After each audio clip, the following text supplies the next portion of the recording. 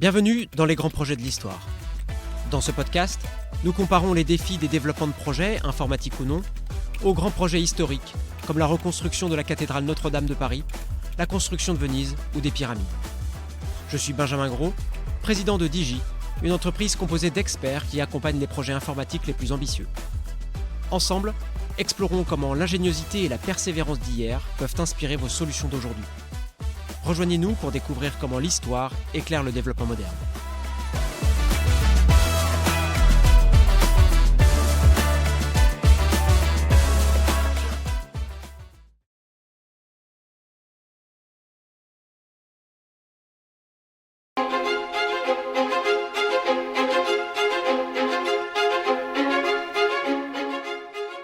Imaginez un paysage du début du 19e siècle. Des champs à perte de vue, des villages isolés, des routes chaotiques où les diligences mettent des jours à parcourir quelques dizaines de kilomètres. Puis soudainement, une ligne droite de fer fend l'horizon. Une machine de fonte et d'acier, crachant de la vapeur, file à toute allure, emportant passagers et marchandises. C'est le début d'une révolution. Aujourd'hui, nous allons plonger dans l'histoire fascinante des premiers chemins de fer. Comment une invention dérivée de technologies existantes a-t-elle redéfini les transports, les villes et même notre conception du temps? Et surtout, quelles leçons cette épopée nous offre-t-elle pour les projets modernes, notamment en informatique? Tout commence avec la vapeur. Au XVIIIe siècle, James Watt perfectionne la machine à vapeur. D'abord utilisée dans les mines pour pomper l'eau, cette technologie va peu à peu sortir des entrailles de la Terre pour transformer le monde en surface. Mais il faudra attendre le début du XIXe siècle pour que la locomotive voie le jour. En 1804, Richard Trevithick construit la première locomotive à vapeur à usage industriel. Elle avance à peine plus vite qu'un cheval, mais le potentiel est immense.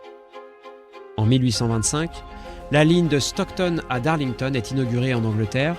C'est la première ligne publique à utiliser des locomotives pour transporter passagers et marchandises. Mais attention, rien n'était gagné.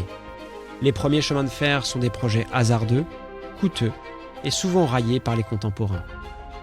On les accuse de troubler les troupeaux, de rendre les gens fous ou encore de provoquer des accidents terrifiants. Et pourtant, ils vont changer le monde.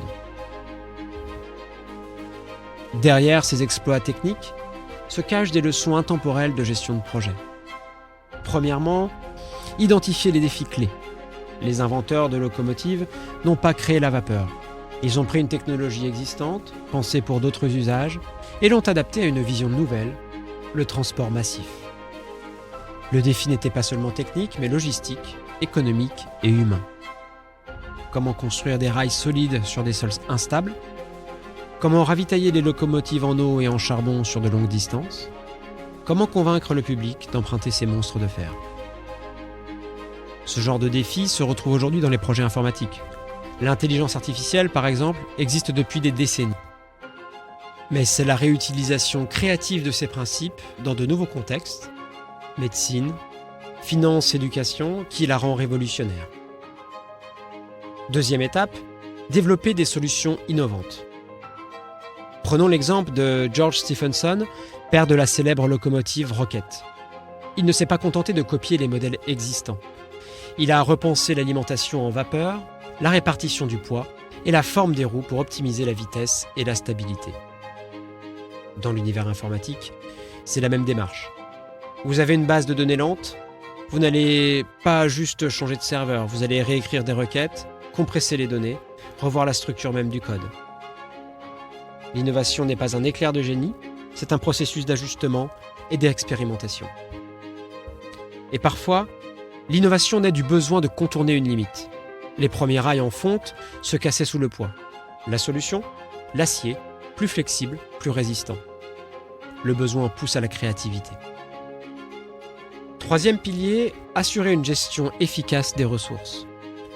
Construire un chemin de fer, c'est mobiliser des centaines d'ouvriers, de tonnes de matériaux et des budgets colossaux.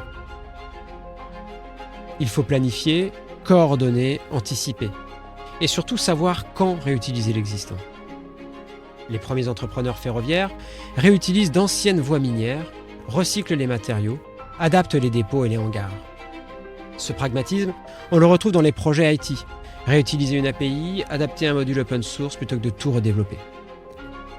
La gestion des ressources est aussi humaine. Les chemins de fer ont transformé le travail. Ils ont créé de nouveaux métiers, comme les conducteurs, les aiguilleurs, les chefs de gare. De la même façon, le développement de logiciels crée des rôles hybrides, data scientist, scrum master, développeur full stack.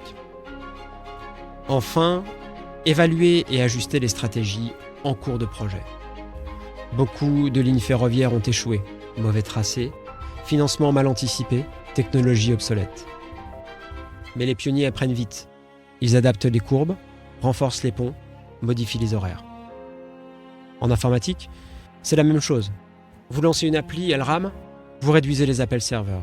Le taux d'engagement chute, vous reworkez l'interface. Le backlog déborde, vous changez de méthodologie. Scrum, Kanban, cycle en V, chaque choix est une réponse à une réalité du terrain. L'agilité, ce n'est pas une mode, c'est une nécessité déjà pratiquée par les pionniers du rail. Alors, que nous enseigne l'aventure des premiers chemins de fer ? Qu'il est possible d'innover sans tout réinventer, que les plus grandes avancées naissent souvent d'une réutilisation créative des technologies existantes, que la clé du succès réside dans la compréhension fine des défis, la mise en place de solutions adaptées, une gestion stratégique des ressources et une capacité à s'adapter en permanence. Les trains ont rapproché les villes, accéléré les échanges, changé les habitudes. Ils ont redéfini la géographie mentale de millions de personnes. Et vous, dans vos projets, quel rail érigez-vous pour demain ? Quelle vieille machine pouvez-vous réinventer pour aller plus loin et plus vite ? Merci d'avoir voyagé avec nous dans le passé pour mieux comprendre le futur. Abonnez-vous, partagez cet épisode et retrouvez-nous très bientôt pour une nouvelle traversée entre histoire et technologie.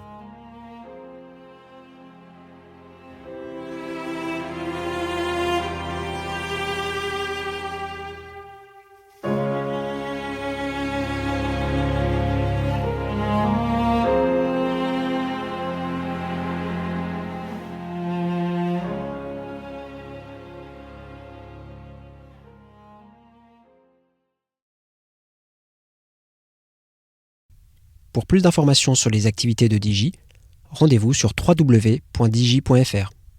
www.digi.fr